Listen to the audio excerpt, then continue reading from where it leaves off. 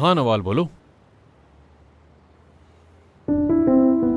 हाँ अगर कोई जरूरी बात है तो हम कर सकते हैं। ठीक है मैं आ रहा हूँ। तौकीर, खुदा के लिए तुम मेरा फोन क्यों नहीं उठा रहे? कहाँ गुम हो गया ये?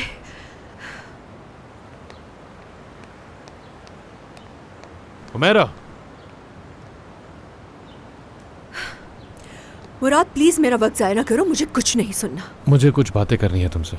जानता हूँ तुम मेरी बात नहीं सुनना चाहती क्योंकि तुम बहुत नाराज हो। नाराज हूँ?